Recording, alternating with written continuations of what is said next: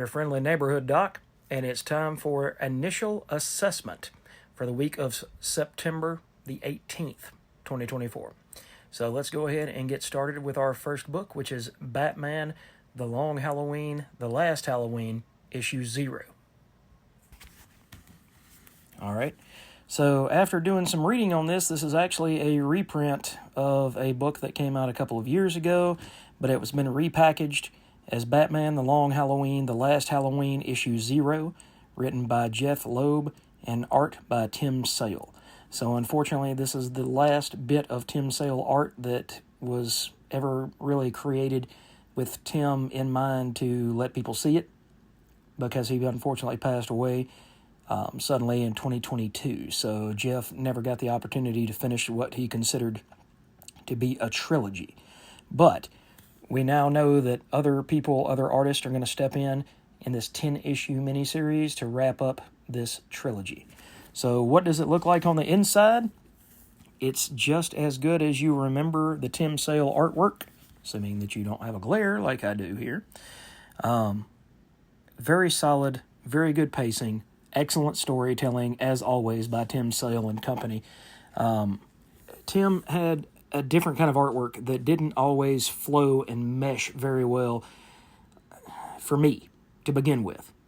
It's one of those art styles that has taken some time for me to really dig into and like. I don't like the fluidity of his dark lines and his shadows. It doesn't feel realistic to me. Now, I have gotten accustomed to that, and I have more of an appreciation for his artwork now, but it just doesn't have the level of detail that I'm always been looking for, I guess you could say. It's got the Art Deco style of Batman down in panels such as this. Those blacks and those heavy deeps. But at the same time, I don't know. I guess I'm just looking for something more like a Mark Bagley, something more detailed and less stylized. But at the same time, I really enjoy the style that this book has created. So I'm really intrigued, and I want to check out how this trilogy ends. So if you have followed The Last Halloween since the very first pairing of these two, writer and artist, then you're definitely going to love this, and it's going to be right up your alley, because it's another story of the Calendar Man and Solomon Grundy, and an early story of Harvey Dent trying to find his wife Gilda so that they can be reunited after they had been kidnapped by the Calendar Man. So it brings a whole new level of depth to these characters, and it brings you back into the story for what will be, like I said, the last part of this trilogy. So I'm excited, guys. I'm definitely going to check out The Long Halloween, The Last Halloween. So out of these 10 issues, I'm definitely going to give this a thumbs up, and I can't wait to see more when issue 1 hits in 2 weeks. All right, so my initial assessment on this book is going to be that if you like these two creators and you followed this, check it out.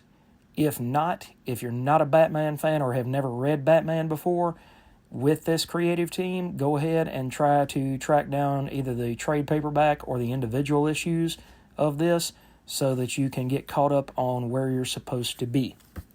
All right, guys. Next up is The Moon is Following Us, issue 1 by Daniel Warren Johnson and art by Daniel Warren Johnson and Riley Rossmo, with colors by Mike Spicer. So this is a story about Sam and Duncan and their child Penny, who is in some sort of fantasy world, and they are trying to save their daughter. They're trying to find her and rescue her.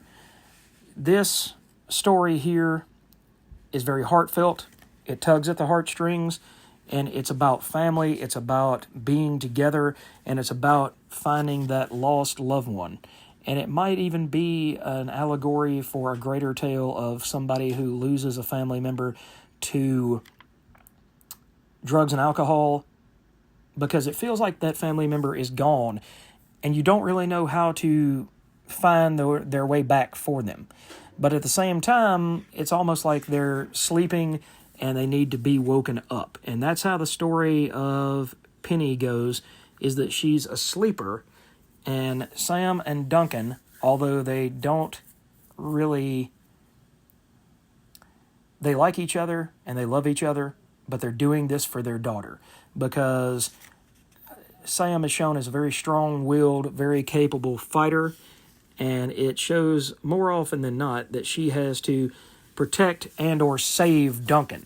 So as you get into the storyline, it delves into their relationship, and it delves into how these two characters interact and what they do to, how far they'll go to save their daughter. That being said, I don't really like the dynamic between Sam and Duncan, because it seems like Sam is the strong one and Duncan is overshadowed because of his trouble with figuring out which direction to go. And so her strong personality and his beta male, I guess, if you will call it that, that one didn't resonate with me. It doesn't have to be that the man is always the breadwinner. It doesn't have to be that the man is always the strongest. But I'm just not used to seeing that particular narrative.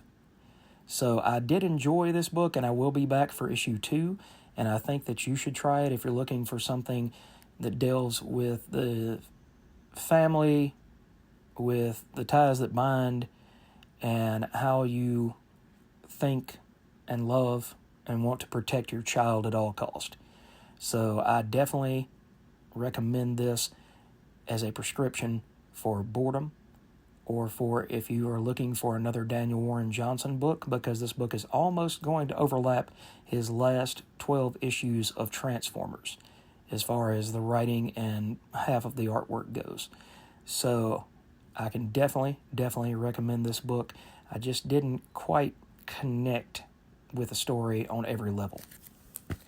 All right, guys, and the last book we're going to talk about on initial assessment this week is The Tin Can Society, and this is written by Peter Warren, and it doesn't say it on the cover, but Rick Remender also has some writing credits in this story.